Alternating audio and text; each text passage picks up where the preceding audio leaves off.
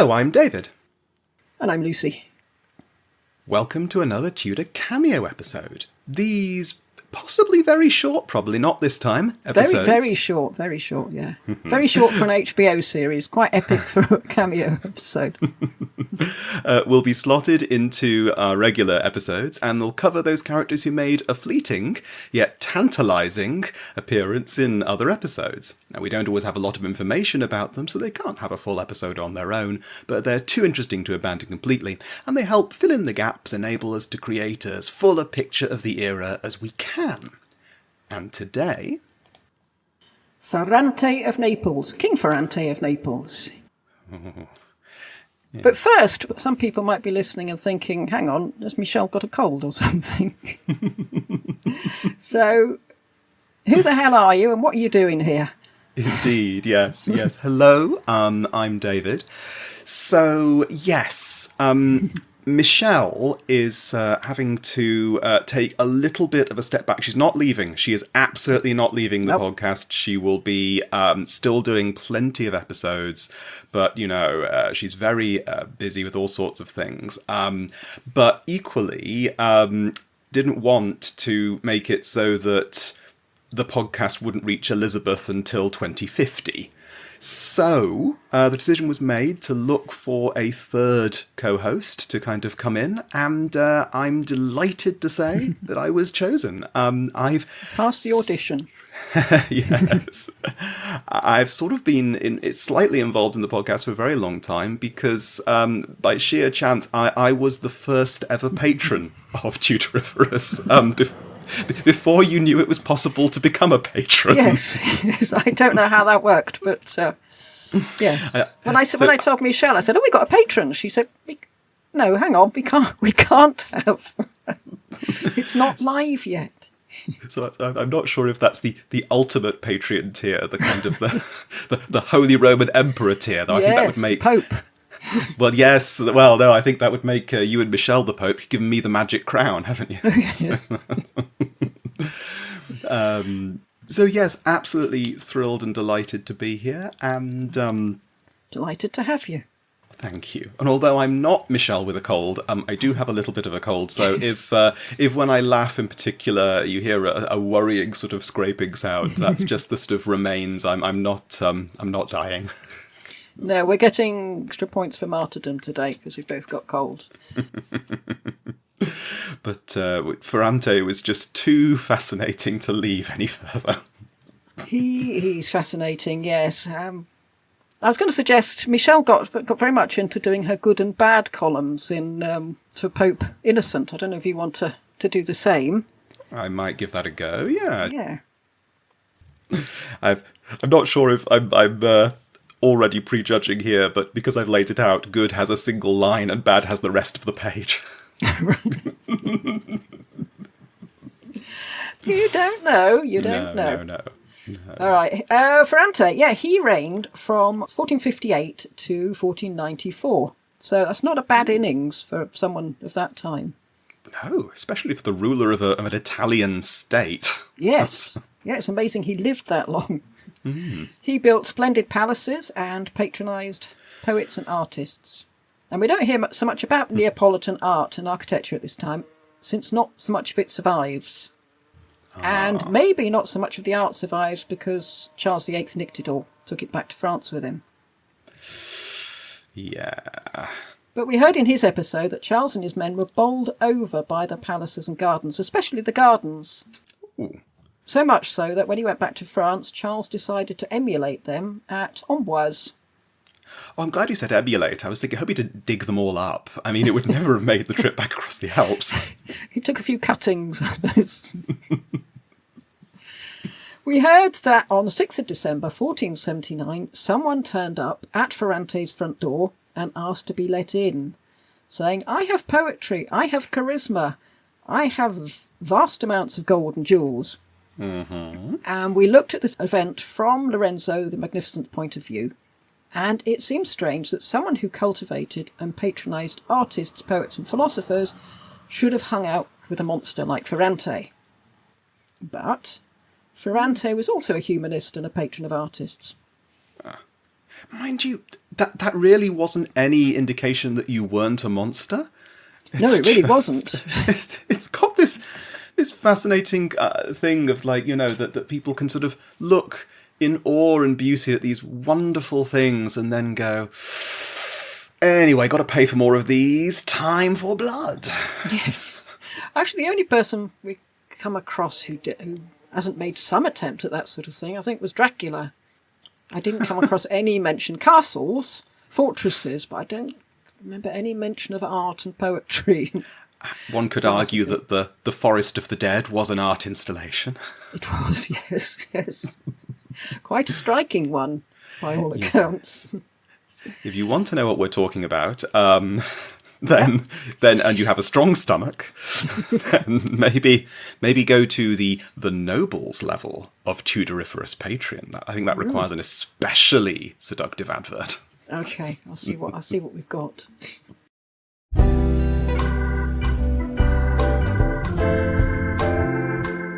Tudoriferous Patreon. I wear nothing else. Yeah, he patronised sculptors like Guido Mazzoni and artists like Pietro Belfuco and Marco Cardisco. And I doubt that many of us have heard of them. I certainly hadn't. But I suspect it just shows our Florentine bias in Renaissance art. Yes. And when Vasari wrote his Lives of the Artists, he focused mainly on Florence, Rome, Milan, that sort of area. Ferrante founded the first music school in Italy. Okay. And he invited the big names of the day to come and teach there. And a few decades on from here, Gesualdo would teach there, and then later on Scarlatti. Oh. Nice.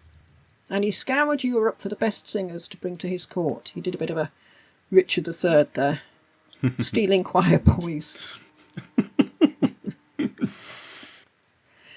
He enlarged his father's library, and as we know, he was fond of poetry, because that's how Lorenzo the Magnificent managed to wheedle him round to his side. Ah, yes. And he stimulated the rather moribund University of Naples. And this had a knock-on effect for the demand for printed books. So it's more printing. Okay, very good. He introduced the art of silk weaving into Naples, and it became a centre of excellence for it. Ooh. And, I mean, this will surprise people, he invited the Jews who had been expelled from Spain by Ferdinand and Isabella to live in Naples. In the article I read about it, it said that he saw them as a valuable source of artisan skills, particularly in the cloth trade. Well, yes, there would be. Yeah. I wonder if some of his... I mean, I'm sure there are other reasons, but sadly, considering the way that people sort of wrote sources at the time, I wonder if that made people suspicious of him at the time. Yes. Yes. He had the same problem that Borgia had, Pope Alexander. Yes. That people thought, well, you don't seem to be actively against Jews. Perhaps you are one. Oh, dear. Yeah. We need to get that, Michelle.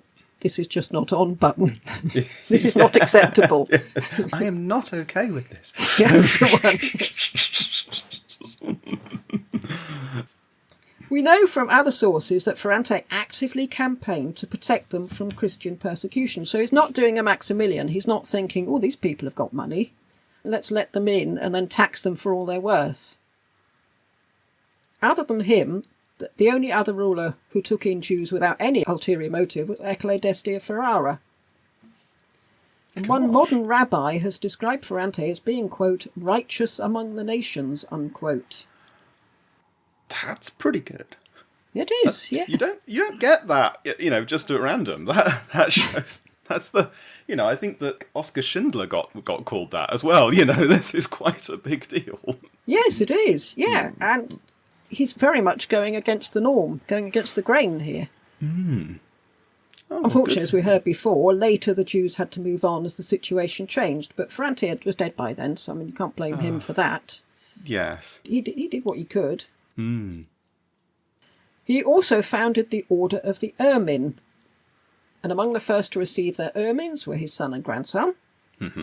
Ercole d'Este, Galeazzo Maria Sforza, the one who fed an entire hare to a poacher, and Ludovico Sforza, and Charles the Bold of Burgundy. So a lot of lovely people there. And the thing about this order was it was open to illegitimate people as well as legitimate ones. Ferrante was illegitimate, but he had been legitimised. And this is where he becomes the butt of gossip when people say, well, I bet his father was a converted Jew. Yeah. Yeah, I can see So he was a bit sensitive on the subject. Mind you, I suppose with these orders of the ermine, there is and things like that, there is an element of, we'll give you a nice thing, and then we're friends and you won't attack us, will you? I mean, there's... As we'll find next week, Alfonso, his son, thought that getting his Order of the Garter meant even more than that. He read a lot into this. And it was a bit disappointed that all he got really was a garter. He didn't get expressions of lifelong friendship and camaraderie. Yes. Ferrante was also a member of the Order of the Dragon, along with... Dracula. Or was it just Dracula's father who was a member of the Order? I thought that, but I checked, and no, Dracula got it as well. Yeah, his son will be Dracula. Yeah. It just occurred to me that means that, that these people would be Ermina. Ermina sounds like a sort of nightclub hostess from the 1940s. The sort that Poirot would fall in love with. Yes, but it can never be. Ferrante, he was also a Knight of the Garter and a Knight of the Golden Fleece, but he wasn't a Knight of the Croissant, because René of Anjou had set that up as a specifically anti-Aragon order. Fair enough. Croissant meaning crescent, which seems odd because you assume crescent is an Islamic symbol, but well, that's what René of Anjou chose. But I prefer Order of the Croissant, sounds much better. Anyway, what a lovely, cultured, chivalric man Ferrante is turning out to be. It's all in the good column so far. What a pity we can't stop here. Yeah. Philippe de Comines said of Alfonso, Ferrante's son, whom we'll be doing next week, quote, "No man had ever been more cruel than Alfonso, nor more wicked, nor more vicious and vile," unquote. Then he added, quote, "except Ferrante, who was even worse," unquote. Oh, no. He went on to say that Ferrante, quote, "was more dangerous still, since no one knew when he was angry or pleased," unquote. Which is a bit scary. Suddenly this thing is going to come out the blue, isn't it? You think, well, that won't quite... Oh, God, here we go. Oh, no. And he does seem to have the knack of luring people in and then pouncing, winding them up in his little web. Sounds like one of those people who has one tiny little twitch in the corner of his eye. The servants know it and they just back out of the room. Yes. Well, leave you to it. Anyway, brace yourself for mummified enemies, heads in jars, and just general crazy evil stuff. Okay, here we go. To be honest, having recently listened to the Dracula episode, I'm feeling fairly braced. Yeah, it's all fairly tame after that. What Ferrante's body tells us about him, and we know a lot about Ferrante from extensive tests on his corpse. We know that he was crawling with lice, both head lice and pubic lice, which he had tried to destroy with mercury. Ooh. We know he didn't have syphilis, mainly because he died the very year that Charles marched down Italy and into Naples, so I think he probably had a lucky escape there. The mercury found in his body was too strong and too localised to have been used as a cure for syphilis, and was almost certainly trying to zap out the lice. And we're told, by the time of Charles VIII's invasion, Ferrante was having nightmares and was terrified that his people were out to get him. And yes, his people had every reason to be out to get him. But I wondered, without any medical knowledge whatsoever, whether putting large quantities of mercury on your head might possibly give you hallucinations and feelings of paranoia. I mean, even if you're not absorbing it directly through the skin, which you probably can, all the evaporating going on around you, I mean, hatters used to lose their minds because they inhale evaporated mercury, didn't they? So that would actually just enter their brains. I think that could not have helped. And Yeah. And if he's using that much mercury, that also implies he's got so much lice that if he's not going mad with hallucinations, he's going mad with constant itching. Yes. Oh, you can't imagine. I mean, I remember when the kids had nits, that was bad enough. But lice, no. No. I did look it up, and it can cause sleep disturbances, including bad dreams. There's this neurological symptom. And as you're right, it is the vapours, because if you go back to the syphilis episode, and I will put the squeegee sound effect in for Michelle's benefit, the doctors made themselves very ill. It's because they were breathing in the fumes as well. Gosh. But that's not what killed Ferrante, though. And we know he died of cancer of the colon. Ooh. And he's the first verified case. Not the first case, but the first verified case. Gosh. I suppose first person to have died from it who was significant enough to have had an autopsy. Well, we've still got his body. So we can check now, which is quite gratifying. Yeah. And given that he had his own museum of mummies, it's quite nice now that we can sort of do what you like with his. Anyway, those are probably all the facts he probably wouldn't want us to know. So we'll look at background history. Why is Ferrante of Aragon king of Naples? Aragon's nowhere near Naples. We looked at why the Aragonese were on the Neapolitan throne a bit in Charles VIII episode. In 1421, the childless Queen Joanna II of Naples adopted Alfonso V of Aragon and named him her heir. But the relationship between them soured somewhat when he tried to have her arrested. It would. It did. She then repudiated that adoption in favour of Louis III, who was an Angevin. And obviously Alfonso wasn't going to put up with that. And he ruled Sicily, so presumably he was feeling a bit vulnerable having the Angevin right next door in Naples. So he was determined to take it. It was a protracted campaign which lasted from 1421 to 1442, with a lot of toing and froing. They won a battle, he won a battle, they won a battle. Back and forth. Dragging in several other city-states, mainly Genoa and Milan on this occasion. But eventually the Aragonese won. Alfonso became known as Alfonso the Magnanimous because he poured money into Naples, making it a Renaissance cultural capital. Again, this idea that, okay, I'm in control now, I have to look as good as everyone else, let's make things magnificent, and people will give you a reasonable by-name later on. Yes, yeah. At least you have one good thing to say about them in a podcast. Anyway, that's a very complicated story crammed into a very tiny nutshell. But why was Ferrante himself on the throne? He was illegitimate, as we've said. But he was Alfonso the Magnanimous's only son. So Alfonso made him Duke of Calabria in 1443. Duke of Calabria is the equivalent of Prince of Wales. It's the heir. And he was very impressed with his son's courage and intelligence. I presume his psychotic tendencies hadn't come to the surface yet. I suppose when you're under control, when you're not completely in charge, psychotic tendencies could come across as courage. That's true. If you're following your father's orders, he's always so willing to go into danger and do anything that I need him to do. Yes, in fact, he does. He goes beyond the remit. Oh, that's true. Yes, maybe he's always been psychotic. And Alfonso the Magnanimous was able to get Ferrante legitimised and the way cleared for him to get the crown by cozying up to Pope Eugenius and promising him military support in northern Italy.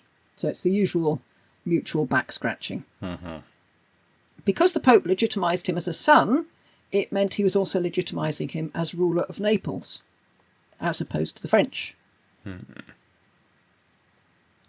When Pope Calixtus took over, and he's the first Borgia Pope, he backpedalled on this and refused to accept Ferrante as King of Naples, not because he favoured the French, but because he wanted someone else on the Neapolitan throne. Can you guess who that might be? Oh. I don't know. Would it be one of his nephews, in inverted commas? It is one of his nephews. And actually, just before we started doing this, I thought, oh, hang on. I wonder which nephew it is. And it is Rodrigo Borgia. Ah! And the terrible thing is that Neapolitan people probably would have been better off with Borgia. Yes. And also the papacy would have been better off without him. Yes. When Alfonso died and Ferrante came to power, he did so with the backing of Pope Pius II. So it was a well-timed death. Had it been in Pope Calixtus's time, there might have been bad feeling between Ferrante and the papacy. And obviously that would never do. No. Ferrante was fortunate at the start of his reign. He could normally have expected trouble with the French. But Louis XI didn't have time to worry about getting Naples, since he had enough on his plate with Charles the Bold. Oh. I know, they're all coming out of the woodwork here. It does feel a bit like Charles the Bold should have his own sort of sound effect. But not a good one. A sort of an, oh, here we go. I imagine him more with the Star Wars theme. Do, do, do, do, do, do. He marches into the room. The next Pope, Sixtus, also favoured Ferrante for family reasons, because his nephew was married to Ferrante's natural daughter, so more papal nephews. Yes. Are some of these actually nephews, as opposed to sons that we call nephews? I think they were nephews prior to... I don't know about Sixtus. I think they were all nephews, because I've got a feeling he might have been gay. Ah, fair enough. Editing Lucy here. Probably more bisexual than gay, given that he did father some children. Not celibate, anyway. And then there was Pope Innocent, but more of him later. When he became king, Ferrante had to fight to hold on to it. His father had said that he should succeed to the throne, but that didn't impress several of the powerful men who thought that they might like to become King of Naples instead. The more he fought, the more ruthless he became. But when he eventually became secure on his throne, if anything, he became more ruthless. He had to hold on to it then. Yes, I suppose. It's a vicious circle. You're ruthless, so people rise up against you. You squash it down, so you're accused of being ruthless, so they rise up against you. Yes. It's the best thing is not to get into that in the first place. I suppose there's a limited number of look, Scarlatti, that you can do before Yes. people say, but the heads, all the heads. Yes. Yeah, I do like Scarlatti. Oh, Scarlatti's great, but you do rather picture him kind of frantically playing his violin as the corpses mount up behind him. The way Ferrante treated those whom he felt had betrayed him can be shown in the case of the mercenary captain Jacopo Piccinino. Piccinino sounds far too twee to be a mercenary. Yes. I remember we had one called Braccio Forte, or Forte Braccio, or something, as strong arm. Didn't we? That was a proper mercenary. Then we had Honey Cat, which didn't quite fit, and then we got Piccinino. And Piccinino had rather overstepped his remit when he decided he was going to keep a principality near Assisi for himself. Oh. And that's not in Naples, but Piccinino was hoping that Ferrante would help him in his endeavours. Ferrante at that time at least didn't want to rock the boat with the papacy, and so refused. And Piccinino then moved with his men over to the Angevin cause. And he felt that was perfectly acceptable. He was a mercenary. He's not committing treason. He's not one of Ferrante's subjects. He's his employee. If the Angevin pay more and promise to help him, then what's a mercenary to do? Yes. You follow the money. Because they're meant to be above politics, or below politics, whichever you prefer. And Piccinino had just married the illegitimate daughter of Ferrante's ally, the Duke of Milan. So, he's well in there. Oh, everything's going nicely. Yes, and the long and epic reign of the Piccininos over this area, how did that go? Well, it's epic. Not sure it's long. At the end of the war, which Ferrante obviously won, Piccinino was not only invited to Ferrante's court, but was offered safe passage there. And I would think, if I were Piccinino, I'd think, hang on a minute, that's safe passage there. That means I'm going to be all right on the journey. And there was nearly a month of feasting in honour of Piccinino. God. That's too much feasting. That is a lot of feasting. That's a lot of feasting. I think I'll get bored of feasting very quickly. At the end of all that feasting, Piccinino was suddenly arrested and fell out of a window. Defenestration! I'm surprised he could fit through the window after a month of feasting. It wasn't the defenestration that shocked everyone, because defenestration wasn't just a Prague thing, it was a Naples thing as well. Yeah. It was the cynical way that Ferrante had kept Piccinino at his court, eating, drinking, toasting his health, generally making him feel one of the family, and all the time he intended to kill him. Even in the 15th century, that was thought to be a little bit underhanded. Well, it's the law of hospitality, isn't it? I mean, that's ancient and huge. You don't murder one of your own guests. I mean, they all did, but you're not supposed to murder one of your own guests. And I suppose the longer they've been your guest, the more. I have to admit, when you were saying, as you were building up to what was obviously going to be a grisly end, I was thinking, what happened? What? And by the end of the feasting, he became the last course. What? That sounds more likely, doesn't it? Yes, I think falling out of a window is quite benign compared to some things that happened. Yeah, it's the fact that he befriended him first. If you're going to kill someone, get on and do it. That's the problem, it seems. Yes. I think the killing was pretty much expected. As far as Ferrante was concerned, not only had he got rid of a turncoat, but he had sent out a message. And it worked. Other barons thought twice before rising up against Ferrante. Yeah.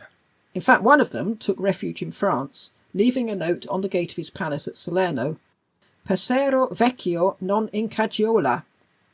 The old sparrow is not in the den, or, in better English, the bird has flown. Yeah, not safe for me here anymore. Ferrante tried to keep on friendly relations with other Italian states, mainly, I think, so he could concentrate on crushing revolt at home. But what threw it all off kilter was the attempted assassination of Lorenzo the Magnificent.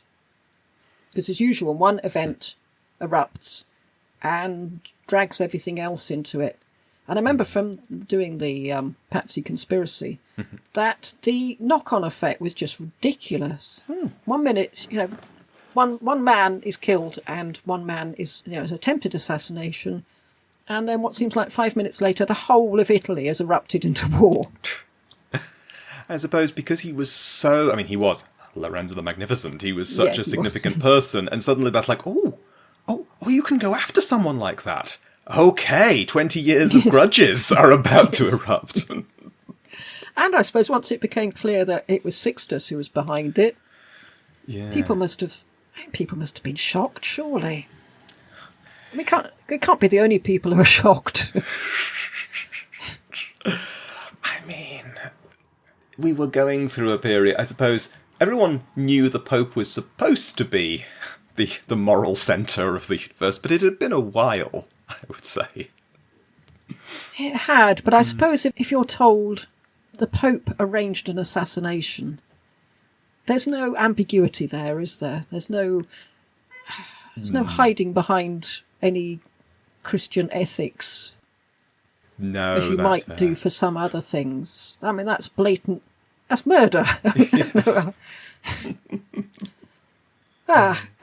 Florence versus Rome and Naples. It was by then, and this was when Lorenzo hopped on a boat without telling anyone, waved down with jewels and poetry books, and set off for Naples to talk peace terms with Ferrante.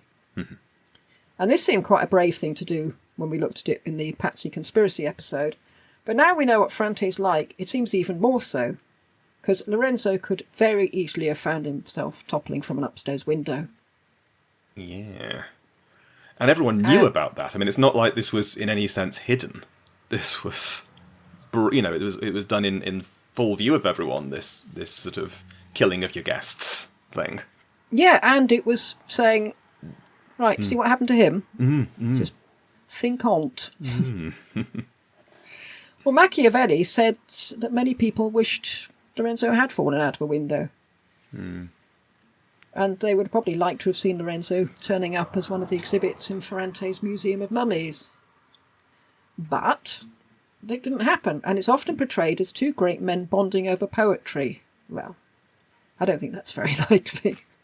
Ferrante could see the benefits of having someone grateful to him ruling Florence. And it does seem that the two of them got on very well. Ferrante admired Lorenzo. I don't know whether it went the other way, that Lorenzo admired Ferrante, but Ferrante wrote a lot about how much he admired Lorenzo. I mean, I wonder if Lorenzo really admired anyone apart from himself.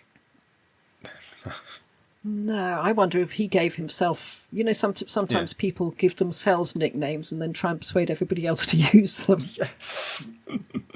I think there might be a touch of that with Lorenzo. But I think Ferrante must have liked or admired him because he threw away a lot by siding with Lorenzo because he'd put himself in opposition to the papacy. I don't know whether that was a good decision or not, really.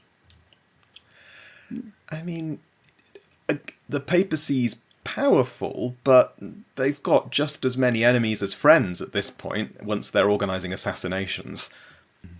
And I suppose he's thinking, oh, Lorenzo's got all that money. We haven't. Maybe he wanted the giraffe. Perhaps that's what he was really after. Marriages and children. Ferrante first married Isabella of Clermont, and they had 6 children, including the infamous Alfonso. We'll meet next week. He was known as the Squinter. Oh. Eleanor, who married Ercole d'Este, Duke of Ferrara, and Beatrice, who married Matthias Corvinus. And then when he died, she married the next king. Practical. And it's possible that she might have killed Matthias Corvinus, but obviously we have no proof of that. No. You don't think she did? Well, no, I think there's a reasonable chance she did. I was just going on to say that it seems to be a family tradition at this point. I'm sorry, I'm still sort of stuck on the Squinter because it sounds like such an unthreatening by name, unless it's when he looks at you really hard, that's it. I've wondered that, yes. I mention it next week that we don't know whether he had a squint, whether he had a wonky eye like Henry and Perkin, or whether he just had a really hard Paddington stare that made you quake in your boots. I don't think... I don't think he gave himself that name. I don't think it's a Lorenzo situation. I don't think he thought, I want to be known as the Squinter. I think he could think of some better ones. Yeah, seems unlikely. Ferrante had 2 children from his second wife, Joanna of Aragon. No one we know about, though. We've not come across them before. Oh, well. Rodrigo Borgia officiated at their wedding, so that's lovely. So obviously there was no hard feelings about him not becoming King of Naples. He had other ideas anyway, I think. Yes, I mean, I don't think, if he already had his eye on Pope, did he really want to end up being stuck with Naples? Sounds like it's much easier in something, for Pope, you actually get to be sort of elected in a very corrupt way, rather than having to fight your way in. Yes, it might have been, it would have been a bit of an albatross, wouldn't it, being King of Naples, because he'd have to give it up to become Pope, and even then you're not sure you're going to get it. You can make it almost sure you're going to get it. Though I suppose if he had been King of Naples when he became Pope, he could have given it to Cesare. That's true, yes. But not Joffrey. Joanna of Aragon travelled round Naples trying to pour oil on the troubled waters of the conspiracy of barons that we'll hear about in a minute. So she seems to have been a very conciliatory person. So quite a strange marriage. Yeah. Bit of a Beauty and the Beast vibe going on. Well, maybe, when he was looking for a wife, the, people like Borgia came together and said, what we need is someone there who might just calm him down a bit. Maybe. Or maybe she was horrified by what she got herself into. Conspiracy of the Barons. Ferrante's political modus operandi was to try to ease power away from the barons in favour of absolute royal power. And I don't know if he thought they wouldn't notice. But this did not please the barons, as you might well imagine, and it led to the conspiracy of the barons. On 28th July 1480, the Turks invaded Otranto, and we'll hear about Otranto next week since it's more of an Alfonso thing. Mm-hmm. This caught Naples on the hop, since they were between the medieval and the more modern form of army. They were having a bit of a revamp. The feudal army no longer existed, but the condottieri army hadn't really kicked in yet. Oh, no. Just, they're in there. Death by admin is the worst kind of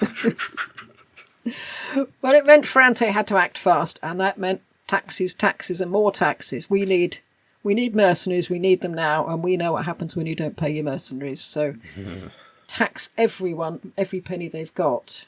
And we heard a lot about this in Innocent's episode. Ferrante's son Alfonso turned up in Rome and told the Pope that he'd soon be begging him to annex the lands that they were after. So Innocent annexed the cities himself and put them in the safekeeping of Cardinal della Rovere. And we'll find out more about what on earth Alfonso thought he was up to next week.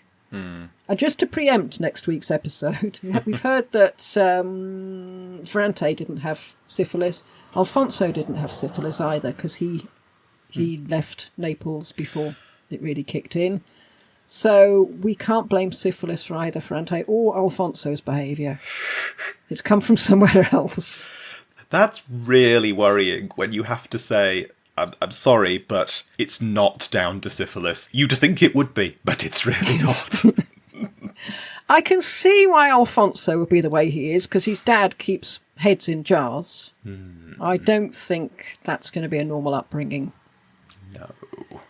But Ferrante, yeah. I suppose once you've started that, there's almost an element of, well, I mean, I'm somehow still in charge and people are letting me do this, so... Yes, where can I go from here? The relations between Rome and Naples became more and more strained. And Ferrante not only refused to pay his papal tribute, but he made the clergy pay arbitrary taxes, and he openly sold his bishoprics to highly unsuitable people, which was something the Pope would never do. No. He was further weakened by the fact that he'd backed the wrong horse in the papal election in 1484, when Innocent had won, and not Rodrigo Borgia. It was customary for the Neapolitan envoy to bring the Pope a white horse every year. And he did, he brought the horse, but he didn't bring the tribute. And this was when Ferrante said he couldn't afford the tribute since the Battle of Otranto had pretty much wiped him out. Innocent refused to accept the horse. If there's no tribute, I'm not taking the horse. Take that away. Don't want it. The Pope decided enough was enough, and he sided wholeheartedly with the barons against Ferrante, and he stuck a papal bull up on the door of St. Peter's saying as much. Don't like him, as Michelle said. Yes. Don't like him. No. and I didn't like the horse either.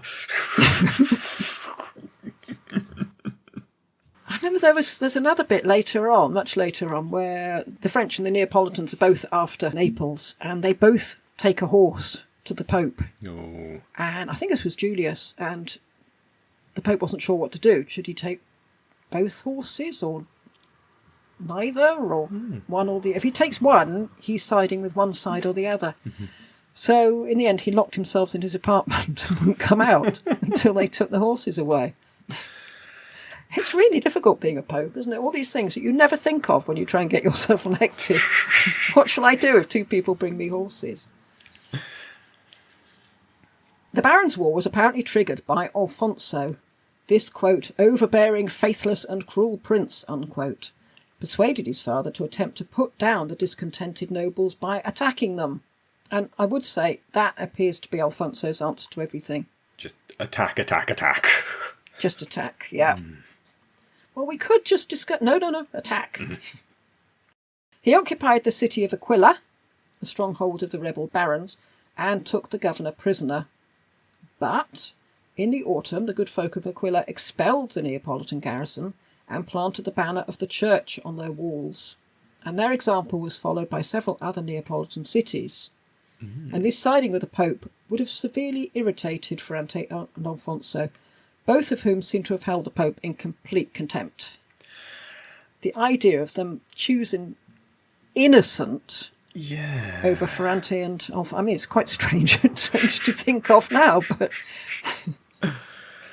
I mean, to be fair, it seems that most people held innocent, including most of his cardinals and himself, occasionally. In Yes. Yes, he had his moments of thinking, I'm not very good at this.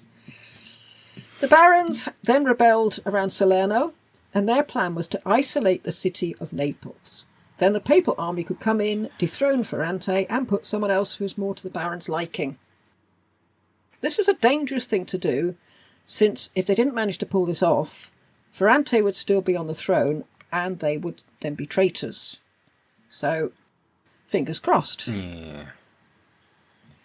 Is this the point where he already has his collection of heads, or is this in the future? I'm not sure when it starts, but obviously, yes, the collection increases quite considerably at this point. No. Yes. He then started seizing the property of the barons, but at the same time, he told them he was prepared to negotiate. And this is the time you remember that we were told that you never knew whether he was angry or pleased. He just says, no, that's fine. But we can talk about it.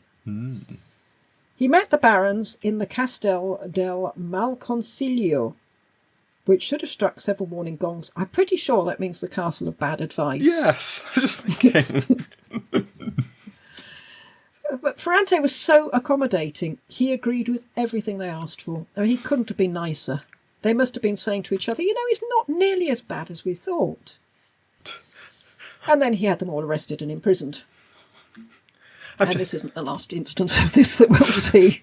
No, it's just every time you say he's being nice now, I'm just waiting for the blades to come out. It's just... I feel he's playing with them. He's like a cat. He enjoys that. He enjoys them, seeing them all relax and think, oh, thank goodness, we thought you were going to arrest us or something. And then, pow, he's there. Gone. I think he's obviously sadistic because he keeps heads in jars, but I think that's definitely a sign of sadism. Yeah. And he must have been quite pleased that the barons had decided to rebel, since he'd been able to wipe them all out. And he was able to do it in a wiping out traitors type way, not in a tyrannical, I want to kill all my enemies type way. Oh. They'd sort of put themselves into where he wanted them. Yes. To intimidate the Pope, Ferrante said what all rebels against the Pope say. What we need is a council.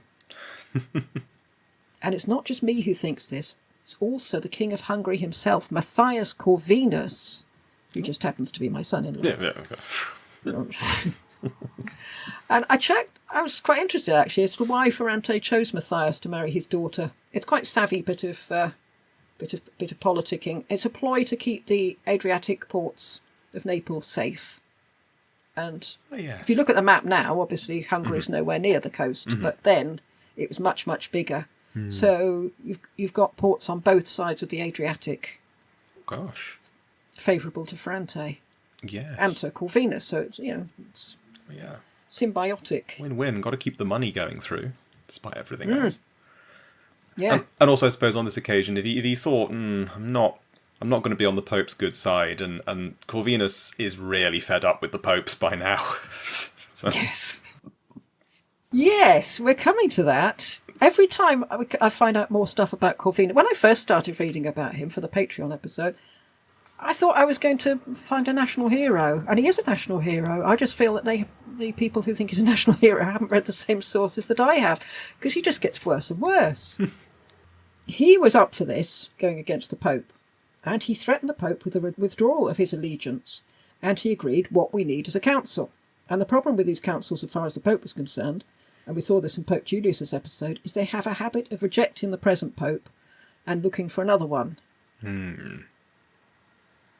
At the end of March, 800 Hungarian cavalry and later on another 200 cavalry and 700 infantry started for Naples. And at the same time, Matthias made an alliance with the Ottomans, the gist of which was that they were to prevent the Venetians from assisting the Pope. So Mr. Squeaky Clean, I'm the only one who can save Christendom, is getting help from the infidel against the Pope. Well, I suppose he's thinking, it doesn't matter because once it's convenient, I can just break any alliance I make with the Ottomans like we all do. Yes, it doesn't count. But will the Pope be forgiving even if he did? Yeah, we heard in his episode he wasn't quite as keen to fight the Ottomans as he made out he was, and it was in fact Dracula who made all the running. But now we're seeing he's doing precisely the opposite. Well, was it? Obviously, like a lot of leaders, it's I'm going to protect my borders and my boundaries and expand, but it's obviously better if I tell people that the main people I'm fighting are the Ottomans, because everyone else I'm supposed to be on the same side as, but... Whereas someone like Ferrante is being much more, no, I'm just fighting because that's what I do. Yes. Nobody likes me anyway, so what have I got to lose?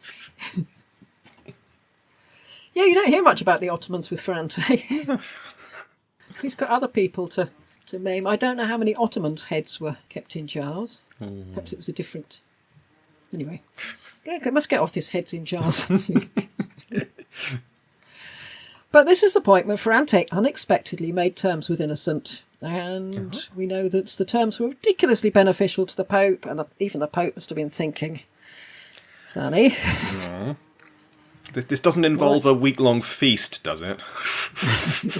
I'm not going upstairs, I'm telling you that for now. Of course, the reason for all of this was because...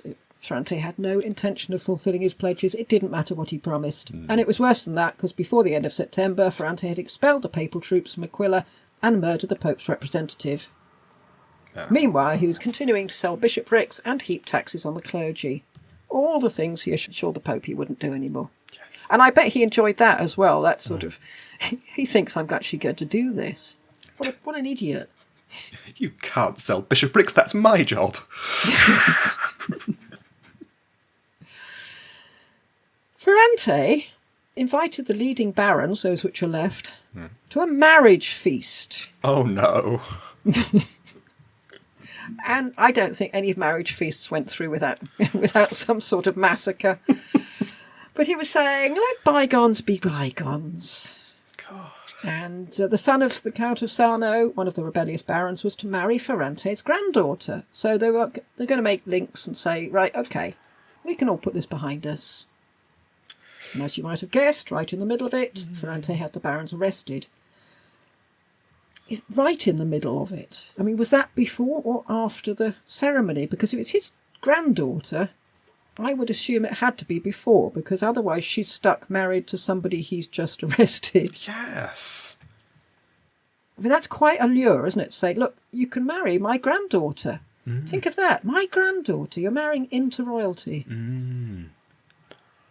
Unless, and I'm not sure if this is just part of the plot of the Red Wedding, but unless he wanted them to be married so that she might have a child who would be heir to that baron's lands, and then that would be an easy way of shoring it up later on if other claimants came in. Maybe. Some of the barons were tried and executed, but many more were quietly murdered in prison. And this bit shows the devious nastiness that raises Ferrante from just general nastiness. Ferrante continued to have food taken to their cells so that no one would know they were dead. Oh. I don't know whether the jailers all had to sit in the cell and eat the food. It was only when the chief executioner was seen wearing a gold chain that everyone knew had belonged to the Count of Bisognano that the cat was out of the bag. Who wants it? It's as if he's been to baddie school, isn't it? He's just ticking all the boxes. Again, because I always picture the chief executioner like walking around still with his black hood on. Yes. So, this guy with the great big sort of bloodied axe and this sort of gold chain, like a mare's chain. Twirling it around as he walks. It's quite medieval, this court, isn't it? For all their trying to make it into a Renaissance cultural hub. It's got a very medieval feel about it. Some of the castles look very medieval and unforgiving. Mind you, I mean, so much of the Renaissance is quite medieval. I mean, you scratch the surface, and their attitudes haven't changed that much.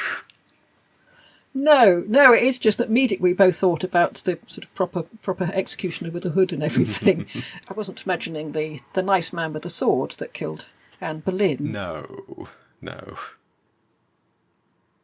1489, the Pope finally threatened Ferrante with excommunication if he didn't toe the line. He's not saying, I'm excommunicating you, so he's saying, right, this is your last chance. Last chance.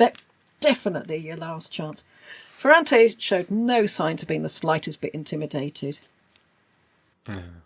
Innocent was hoping that Maximilian and Charles would band together to protect the papacy and to fight the Ottomans, but first, protect the papacy. Protect him. That's the main thing. Because it's getting a bit nasty, really. Yes. On the 11th of September, the Pope held a consistory, and that's a council of cardinals, to which all the ambassadors of Rome were invited. Innocent made a lengthy speech in which he explained the historical and legal relations between Naples and the Holy See. Naples is a papal state. It's a papal state. It's mine, it's not his. He was stressing. He described Ferrante's behaviour towards the church, especially his refusal to pay his dues for his fief, and to fulfil his treaty obligations. Never mind bring me that damn horse. What about all the rest of it? Then the notary of the Apostolic Chamber read a document which declared Ferrante to have forfeited his crown, and Naples now belonged directly to the Holy See. Well, I mean, if a notary's read it out, that'll definitely work. Yeah, we've given him plenty of warning. Well, the Neapolitan ambassador who was present asked for a copy of this document and for permission to read a reply in defence of his master. To which the Pope said, fair enough, let's hear what you've got. And the defence explained why Ferrante did not hold himself bound to pay the tribute. What the source I read didn't say is why Ferrante didn't hold himself bound to pay the tribute. It stated that he'd already appealed to the council. And Ferrante was claiming that the papacy had no jurisdiction over the council, and so he was appealing directly to the Holy Roman Emperor to hear his case. Ferrante was setting the Holy Roman Emperor up above the Pope. Then that's pushing on an old wound that's been going for a while. I have to admit, when you were saying, can we give our reply? I was just relieved that it wasn't, and he took hold of the notary and cut his head off and put it in a jar. Sorry, that's what we do, so I don't want to mention it. I said I'd bring it home for him. Well, no, the ambassador was shown the untenability of Ferrante's position, and so he said, fine, if that's how you feel, end of discussion, and he went back to Naples. So, yeah, I'm not sure who came out of that best, because, it's quite obvious Ferrante's not going to step down. No. And what can you do about it? Except that war between Rome and Naples now seemed inevitable. Far from coming to the Pope humbly apologising, Ferrante was digging his heels in. In October 1489, he wrote to Charles, who had tried to dissuade him from making war against Rome, saying that he didn't have any thought about taking arms up against the Pope. His sentiments towards him, as we heard in an Innocence episode, were those of filial devotion and submission, which of course was rubbish. Nothing of the sort. He was becoming more and more menacing and condescending towards the Pope. He sent Maximilian a letter itemising the terrible goings-on at the Vatican. And unfortunately for Innocent, there was a lot to itemise. Yeah. And that might explain why the other states weren't all rushing to help the Pope. Because Innocent was complaining bitterly at Ferrante's insolence, but nobody seemed to be bothered by it. And this was the point when Innocent threatened to move abroad. That's it. Fine, you'll be sorry. Yeah, You'll be sorry when I'm gone. I'm done. I'll go back to Avignon. Yes. You wonder if Maximilian saw this list. Maybe that was why he wanted to be Pope. Oh, what? I can get money all these ways. Okay. Yes. So it doesn't matter that I've got children. Great. Yeah, that's true. I've forgotten he wanted to be Pope. Pope Emperor, though. He wasn't going to give up being Emperor. No. Oh, I never forget the Maximilian episode. That's the one that I think I've recommended episodes to many people, and that's the one I always recommend the most. The 4 I always recommend the most because it's just, I say, you will not quite believe this person existed. It's just... I love Maximilian. I absolutely he's great. And I don't feel and obviously he was a warrior. Mm-hmm. He killed a lot of people throughout his life, but I don't feel he was a Ferrante. No. It was his job. I think he genuinely believed himself to be this kind of great chivalric figure that he depicted himself as, and just never quite realised that the world around him didn't work like that. And Fugger went, yeah, you just keep believing that. Okay, yeah. Yes. And everyone was laughing at him. Oh, bless him. It's very hard not to talk about him without saying bless him. Well, Innocent had been holding out not to excommunicate Ferrante. He was going to stop him being king, but he didn't want to excommunicate him. And I suppose he was thinking, once he shot that arrow, he wouldn't have anything in his quiver after that. Yeah. What else has the Pope got? If you say, right, I'm going to excommunicate you, and they say, so, boof. Yeah. But now he was saying quite categorically he would excommunicate the king, denounce him as a heretic, and put his kingdom under interdict. And he fell ill again, unfortunately. Yeah. So, I mean, all this tough talk, he was always fighting his health. And Ferrante knew about the Pope's health, and he knew about his dodgy financial situation. And so he just carried on as before. There's not going to be any comeback, really, is there? No. He can say what he likes. I can do what I like. And on the feast of Peter and St. Paul this year, also where we are on 89, as in 1485, the horse was sent to Rome without the tribute and was returned. I feel sorry for that horse. I wonder if it's the same horse backwards and forwards. Oh, God, no, it's not the feast of St. Peter and St. Paul again. I've got a long walk ahead of me. It's also very pointed, isn't it, to send, especially the second time, to send the horse without the tribute. Like, you've gone to the effort of sending people there with the horse, but not the money. Yes, it's more cutting than just not sending anything, isn't it? Saying, look, I could do the rest. I've got this far, but I won't. The cardinals were telling the Pope to negotiate with Ferrante, and I don't know if the cardinals knew more than the Pope probably did. I should think that's quite probable. I don't think the Pope knew much at any time. But Ferrante was worried about France and Rome cozying up together, and was beginning to feel he'd gone a tad too far. The Neapolitan envoy came to Rome in December, and though there were a lot of hurdles, an agreement was at last made, which was announced in January 1492. I don't know why they thought that he'd keep to this one, but they made the deal. The conditions were that the imprisoned barons were to be tried and judged by the Pope, not by Ferrante. There were any left? I don't know. Pope was saying, yeah, all the ones in the prison that you keep feeding. It's like, oh, there's a sort of Blackadder moment. Yes. Just sew his head back on quickly. He was to pay 36,000 ducats tribute. He was to maintain 2,000 horsemen and 5 triremes for the service of the church. And I still want that horse. But I want the other stuff as well. But I want the horse. Sorry, triremes? I know, it sounds very Roman, doesn't it? I thought those went out a long time ago. That's quite impressive. Yeah. I know, yes, you've still got people rowing up and down the Adriatic. Wow. From this moment, Ferrante went from Mr. Hyde to Dr. Jekyll. He couldn't be more polite and gracious to the Pope. He couldn't do enough for him. And you might think the Pope's thinking, I'm going to keep well away from open windows at this point.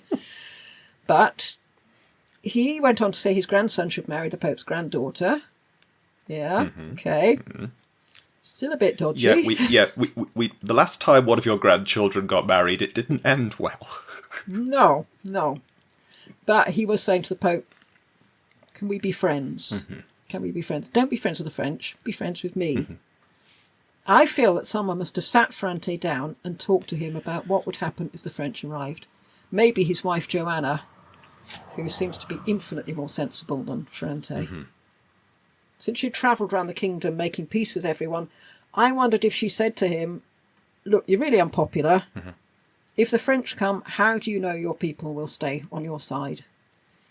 They might they not side with the French? Yes. And it's probably shaking him then, saying, honestly, Ferrante, they will side with the French. Do something. Sounds like Joanna should have gone around speaking to most of the rulers of Italy at this point, saying, you don't want the French to come here. Yes. Yeah, why didn't he send her to Ludovico? I don't think Ludovico would have listened. No. Well, for a start, he wasn't married to her. No, but... Not that they did listen to their wives very much. In May, Ferrante sent his grandson, Ferrantino, to Rome, and that's Little Ferrante. Nice. He's sometimes called Fernandino, Little Fernando, but I thought we've started with the Ferrante thing, and we'll stick with Ferrante. Oh, yeah. And he was sent to discuss the succession in Naples. So make sure the Pope agrees. First it's me, then it's Alfonso, and then it's you. Okay, Ferrantino?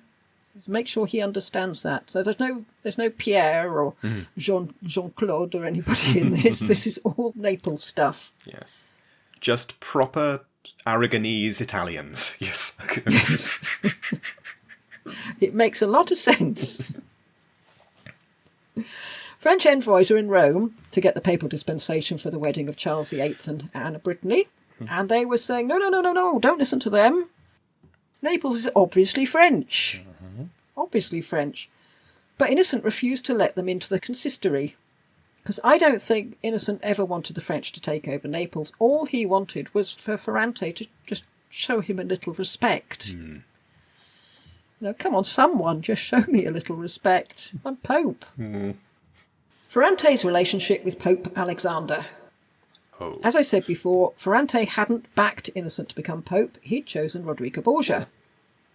And I think you can tell someone's character by the people they would choose as Pope.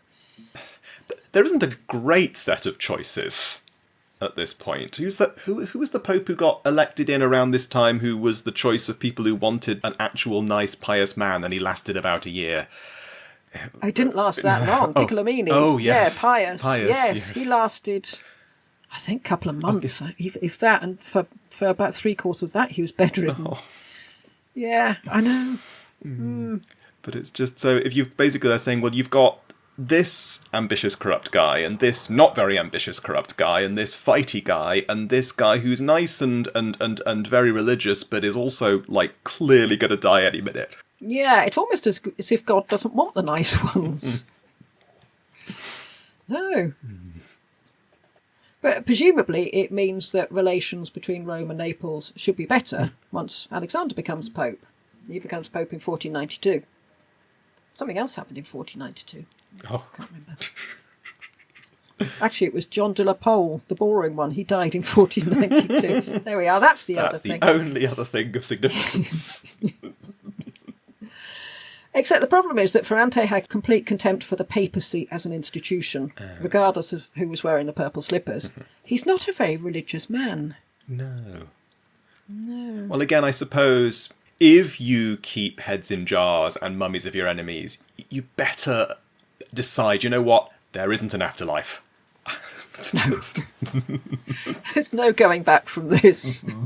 I'm not going to get to the pearly gates and explain to St. Peter. No, it's not working. I know that we don't do Shakespeare quotes at the end of cameos, but I really, really it should be, I am in blood stepped in so far that were I to return, it were as tedious as go o'er. Yes.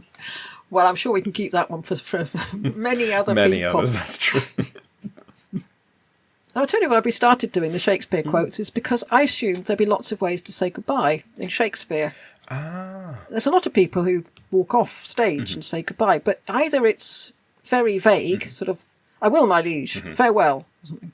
Or it's farewell to you, my Duke of Albany, which is too specific. It turned out there were hardly any, so we just ended up picking them at random. Anyway, yeah, there was antagonism when Alexander started fulfilling all those promises he'd made to the cardinals who'd supported him in his election, and he had made a lot of promises. Franceschetto Cibo, the Pope Innocent's awful son, sold 2 of his castles to Virginio Orsini, and that wouldn't have been a problem if they'd been his own castles, but they were papal property. And he was supported in this action by Ferrante of Naples. So, a bad start, really, Yes. to relations. I wonder why Joanna didn't say to him, no, don't do this. I suppose if he fundamentally thinks, well, the religion is ridiculous, so he's basically just another kind of prince, why shouldn't Innocent have willed all his castles to his son? But it's... Yes. Yes. And he much did go Franceschetto's way. It wasn't all of it, like Innocent had wanted. There were marital links between the Pope, Naples and Spain. Ferdinand and Isabella had already taken Granada and were presumably looking around for another project, and they suggested to Alexander and Ferrante that Ferrante's granddaughter Sancha should marry Alexander's rather forgotten son, little Geoffrey, and that he should become Prince of Squillace in Naples. So in his episode, also on Patreon, we discovered that actually Geoffrey was the highest titled Borgia in the end. He managed to out-title both Cesare and Juan.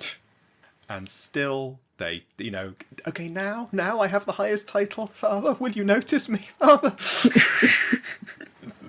Push off, you little squid. Juan Borgia should marry Maria Enriquez, who was a cousin of Ferdinand of Aragon. So that way, they really would be one big happy family. And the Pope would have thrown in his lot wholeheartedly with the Spanish claim to the throne of Naples, which I presume he was happy to do, being Spanish himself. I have to say, neither marriage was a match made in heaven, sadly. Yeah, they were both pretty grim. Ferrante had a very on-off relationship with Alexander.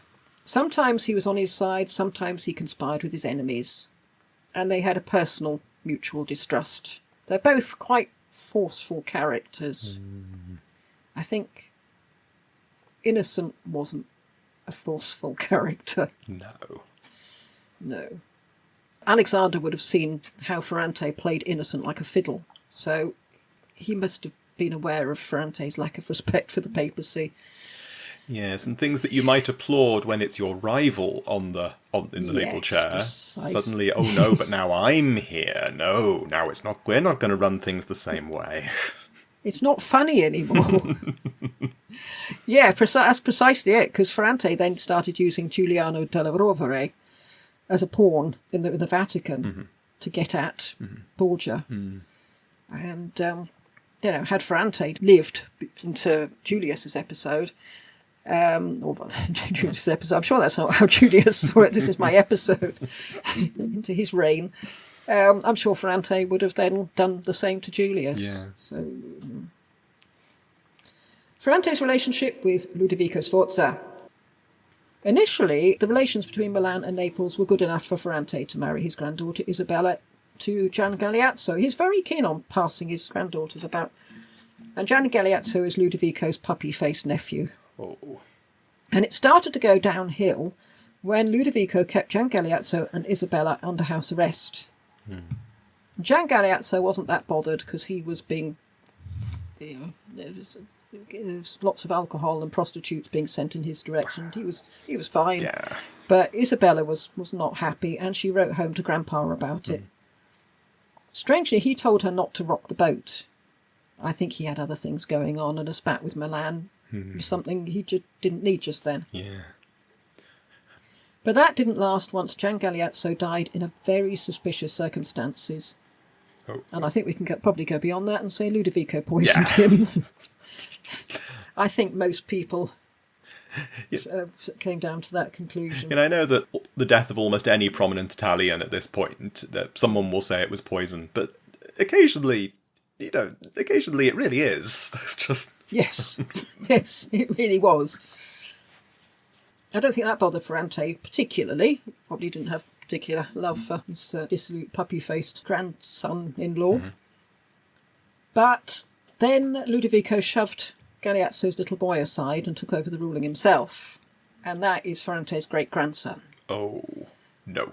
And Ferrante sort of wanted a Neapolitan on the throne of Naples. I mean, that had been the whole point. So now he's quite angry. And when I say things began to go downhill, they went downhill as far as Ludovico inviting the French in to come and take Naples. Go on, I've gone off him. Come and take it away. Oh, no. Meanwhile, in the background, you could just hear Joanna of Aragon beating her head against a wall. Why won't anyone listen to me? Right, here we go. Museum of Mummies. Oh, I'd almost forgotten about this. If Ferrante is famous for anything, it must surely be this. Jacob Burckhardt said in The Civilization of the Renaissance in Italy, quote, "It is certain that he was equalled in ferocity by none among the princes of this time, and yet he was recognised as one of the most powerful political minds of the day, who avoided all other vices in order to concentrate on the destruction of his political opponents. He enjoyed, above all, having his enemies near him, either in well-guarded prisons or dead and embalmed, dressed in the costume which they wore in their lifetime. He would chuckle in talking of the captives with his friends, and made no secret whatsoever of his museum of mummies," unquote. Oh, Odd, I wasn't picturing them all dressed up. It's Yes, they are. You know, in the Victorian times, when they got into really macabre taxidermy, and you can see this little tableau of squirrels playing cards. It's very similar. Oh, he's walking amongst them, chatting. It's just, this is going well beyond just, look, here is my crypt of enemies. Like, here are my friends. They weren't my friends at first, but I made them my friends. They're not going anywhere now. They can't leave me. One of them sitting in a rocking chair, frantically rocking back and forth. Well, he had a museum built to display his collection of defeated enemies. He had it specially built. I don't know what he'd said to the architect. The architect said, what do you plan to use this for? Well, I'm glad you asked me that. Storage. Yes. But it must be so strange when he's guiding people round that he thinks, I don't trust this person. Come and look at my museum. And the person's wandering round and they suddenly think, oh my God, that's George, that is, sitting there in the corner. Yes. Oh my goodness, I thought he'd gone on holiday. And look over here. Look at this lovely empty space. He called this collection his Black Museum. Now, like the same name as the Scotland Yard one. I don't think it is called the Black Museum anymore. I think they changed the name. Scotland Yard. Yeah, once his enemies were killed, he told his servants to embalm them and dress them up. And he had some posed in a tableau that was meant to depict the Last Supper. And I'm hoping it is Leonardo's Last Supper, and you can actually recognise the one with the finger sticking up. And I'm not even sure there is a word for that level of blasphemy. I'm not religious. The level of blasphemy of that. He's obviously thinking, well, the Pope doesn't seem to have got back to me about this museum. How can I tweak him further? Yes, he's quite phenomenal. The Black Museum lasted for several years until his death. However, this wasn't the end of the story, because Ferdinand's last request was to be embalmed and dressed like his mummies, so he could be preserved. Oh God, it really is. These are my friends. And now I shall. Well, he's not posed in the museum. He didn't want that. He's buried in the vault underneath Naples' San Domenico Maggiore church. And I checked to find out if Ferrante's mummies still existed, and I was surprised to find that they do. But they aren't the ones from the Black Museum. They're other nobles who are buried under the church along with Ferrante. So you can't see... I'm thinking that if we would, if we could, I'm sure that they would still be a very popular tourist attraction. Oh, I'm sure. But it's because we've got Ferrante's mummy that we know that he died of colon cancer and that he was riddled with lice. So, silver lining. What happened when the French arrived? In September 1489, Pope Innocent formally proposed to the French that they come to Naples to sort Ferrante out, because he'd had enough. However, at this time, the French were more interested in getting Brittany, and Naples would have to wait. But this threat did eventually, that's what brought Ferrante around to the negotiating table for good, he didn't have his fingers crossed this time. But then Burgundy fell and Brittany was incorporated into the rest of France. Charles had more free time to think about Naples. So in 1494, when Charles, against all odds, swept down through Italy and into Naples, Ferrante didn't hang around. He legged it. He fled to Sicily and carried on the campaign from a safe distance. But we heard in Charles's episode how quickly it all went sour. I mean, ridiculously quickly. They made themselves so unpopular so quickly because the French, they were badly behaved and they just managed to antagonise the Neapolitans even more than Ferrante had done. I suppose it's when they finally see Ferrante fleeing and these people coming in, that sort of that sense of hope, and then sort of betrayal and disappointment is kind of almost stings worse. Like, at least we knew who Ferrante was. Whereas yes, literally better the devil, you know. Yeah. Yes, they must have been so disappointed. When they got fed up with the French, they were shouting, Ferro, Ferro, which Ferrante might have thought meant him. But no, unfortunately for him, it was little grandson Ferrantino. Probably not too little anymore, but he's stuck with his name Ferrantino, little Ferrante. So, and while Ferrante had been in Sicily, it was Ferrantino who'd done the fighting.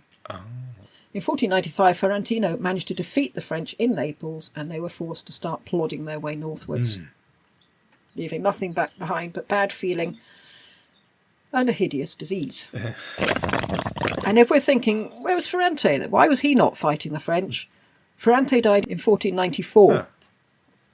So it's ironic. Charles waged war, ostensibly to remove the tyrant Ferrante, but by the time he got there, Ferrante was already dead. He never saw him. But he still had the excuse of removing the tyrant Alfonso. Yes. And I suppose, it takes a while for news to travel during this period. Yes. Reminds me of, obviously, at the very, very other end of the Tudors, when the Earl of Tyrone submitted after the wars in Ireland in 1603, he submitted to a dead woman because he submitted to Elizabeth, but she was already dead at this point. And it's the sort of ultimate humiliation. Yeah, you forget just how long these things would take. Death. We hear about Ferrante's death from lovely Burchett. C3PO, who says that Ferrante died, quote, without the light of grace, without the cross, and without God, unquote. And he goes on to describe what happened. Quote, on the 21st of January, he visited the baths at Tripegoli because he didn't feel well. On the following day, he returned to Naples and, on dismounting from his horse in the courtyard of the Castel Nuovo, suffered a fainting fit. 3 days later, he died, without confession and without receiving the sacraments, unquote. And I wondered if that was just because he didn't regain consciousness. But apparently not. It was his choice. Oh. A Franciscan friar came to his bedroom and urged him to repent, but Ferrante said no, shan't do it. He was 70, and miraculously for Italy at this time, there is no talk of poison. This is the one death in Italy where nobody said he was poisoned. The old reprobate died of natural causes in his bed at the age of 70. I mean, it's not right, is it? Although I have to admit that, there's a certain, at least if you're going to be that awful and that kind of clearly sort of against any form of sort of religion, at least he wasn't a hypocrite at the very end. No. No. If he'd said, oh, no, I'm sorry, at the last minute, that would that wouldn't have been him, really. No, I've got quite a lot of respect for him for that, because he must have been brought up to believe in heaven and hell, and to say, well, yeah, I don't believe it anymore at that time. Yeah, it's phenomenal. Many said he died of misery at the prospect of his country being taken over by the French. But I would have thought if there's any misery involved, it would be seeing his people welcome the French into suddenly thinking, oh, turns out Joanna was right. But luckily for Ferrante, he died before it all kicked off. So that's the story of Ferrante, his love of poetry and music, his beautiful gardens, his welcoming of the fleeing Jews, and some other stuff. Yes. Well, I mean, what you can certainly say is he certainly had a sense of art, didn't he? He did, yes. Right, he didn't have the wonderful forest of impaled people like Dracula did, but... It actually puts a whole new spin on his, oh yes, I love my art, and here's some art that I've made myself. Here's some I made earlier. Here's some I killed and embalmed earlier. No, I really did, as Michelle did last time, I started making the good and bad lists, and then on the bad list, I just started writing, feast and death, wedding, heads... Never mind. I did what I did with Columbus and got all the good bit out first.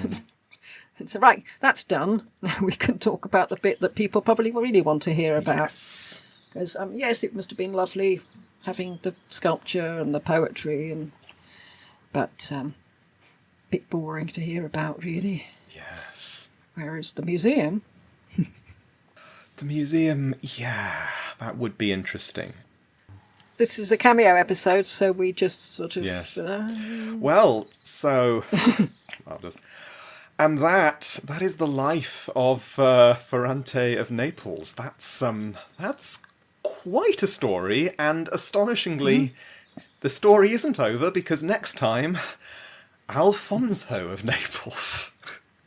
Yes, just when you thought it was safe to go to Naples. Oh dear. No, he is a terrible man. Terrible man. And that's it. But you can see it was inevitable. Yes. I mean, yeah. When your dad says, run along and play, and gives him the keys to the museum. I don't know if he did that, but yeah. So look forward to that. But until next time, goodbye. Goodbye.